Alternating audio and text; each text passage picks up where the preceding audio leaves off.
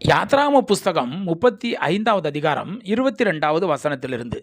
மனப்பூர்வமுள்ள ஸ்திரீ புருஷர் யாவரும் அஸ்தகடகங்கள், காதணிகள், மோதிரங்கள், ஆரங்கள் முதலான சகலவித பொன்னாபரணங்களையும் கொண்டு வந்தார்கள். கர்த்தருக்கு காணிக்கை செலுத்தின ஒவ்வொருவனும் பொன்னை காணிக்கையாக செலுத்தினான்.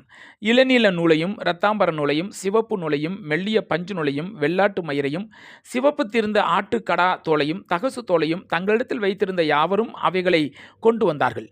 வெள்ளியையும் வெண்கலத்தையும் கொடுக்கத்தக்க யாவரும் அவைகளை கர்த்தருக்கு காணிக்கையாக கொண்டு வந்தார்கள். பற்பல வேலைகளுக்கு உதவும் சீத்தி மரத்தை தங்களிடத்தில் வைத்திருந்த யாவரும் அவைகளை கொண்டு வந்தார்கள். ஞான இருதயமுள்ள ஸ்திரீகள் எல்லாரும் தங்கள் கைகளினால் தாங்கள் நூற்ற இளநீல நூலையும் இரத்தாம்பர நூலையும் சிவப்பு நூலையும் மெல்லிய பஞ்சு நூலையும் கொண்டு வந்தார்கள். எந்த ஸ்திரீகளுடைய இருதயம் ஞான எழுப்புதல் அடைந்ததோ அவர்கள் எல்லாரும் வெள்ளாட்டு மயிரை திரித்தார்கள்.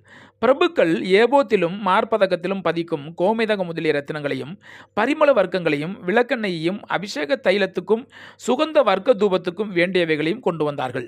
செய்யப்படும்படி கர்த்தர் மோசேயை கொண்டு கற்பித்த வேலைக்குரிய யாவையும் கொண்டு வர இஸ்ரவேல் புத்திரருக்குள் தங்கள் இருதயத்தில் உற்சாகமடைந்த ஸ்திரீ புருஷர் யாவரும் கர்த்தருக்கு காணிக்கையை மனப்பூர்வமாய் கொண்டு வந்தார்கள்.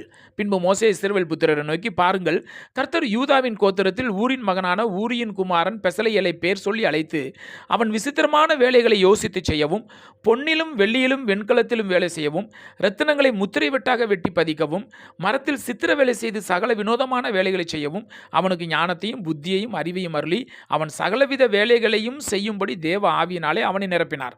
அவன் இருதயத்திலும் தான் கோத்திரத்து அகிசாமாகின் குமாரனாகிய அகோலியாபின் இருதயத்திலும் போதிக்கும் வரத்தையும் அருளினார். சித்திர வேலையும் சிற்ப வேலையும் இளநீல நூலாலும் இரத்தாம்பர நூலாலும் சிவப்பு நூலாலும் மெல்லிய பஞ்சு நூலாலும் செய்யப்படும் விசித்திர தையல் வேலையும் சகல விசித்திர நெசவு வேலைகளையும் வினோதமான வேலைகளை யூகிக்கிறவர்களும் செய்கிறவர்களும் நிறைவேற்றும் சகலவித வேலைகளையும் செய்யும்படிக்கு அவர்களுடைய இருதயத்தை ஞானத்தினால் நிரப்பினார் என்றான்.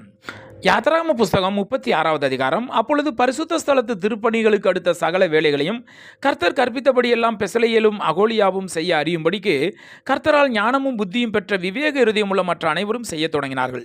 பெசலெயேலையும் அகோலியாவையும் கர்த்தரால் ஞானம் அடைந்து அந்த வேலைகளை செய்ய வரும்படி தங்கள் இருதயத்தில் எழுப்புதல் அடைந்த ஞான இருதயத்தாராகிய எல்லாரையும் மோசே வரவழைத்தான். அவர்கள் இஸ்ரவேல் புத்திரர் திருப்பணிகளுக்கு அடுத்த சகல வேலைகளுக்காகவும் கொண்டு வந்த காணிக்கை பொருட்களை எல்லாம் மோசேனிடத்தில் வாங்கி கொண்டார்கள்.